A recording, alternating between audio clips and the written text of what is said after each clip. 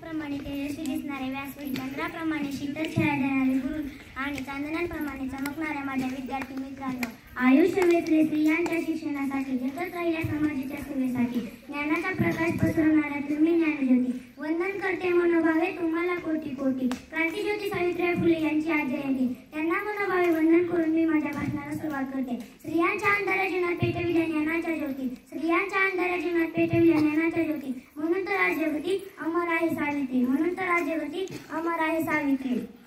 सावित्रीबाई फुले या भारताच्या पहिल्या महिला शिक्षिका होत्या. देशातील समस्त महिलांना शिक्षणाचा तिसरा डोळा प्रदान करणाऱ्या ज्ञानज्योती म्हणजे सावित्रीबाई.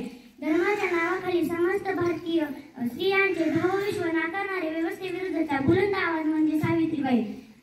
मित्रांनो, स्वातंत्र्यपूर्व काळात भारतात स्त्री शिक्षणाच्या बाबतीत लोकांचा दृष्टिकोन अतिशय संकुचित होता. अशा स्त्रियांना शिक्षण घेण्याची मनाई होती. स्त्रियांना समानतेची वागणूक नव्हती.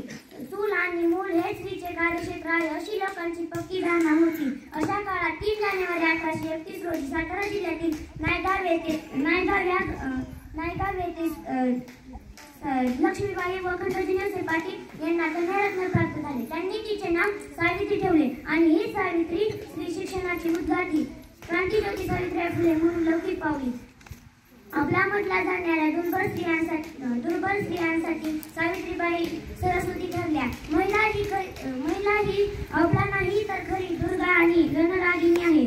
स्त्री ही पुरुषाच्या खांद्याला खांदा लावून आपली कर्तव्यभारी सिद्ध करू शकते हे सावित्रीबाईंनी पुढील काळात स्त्रियांना पटवून दिले.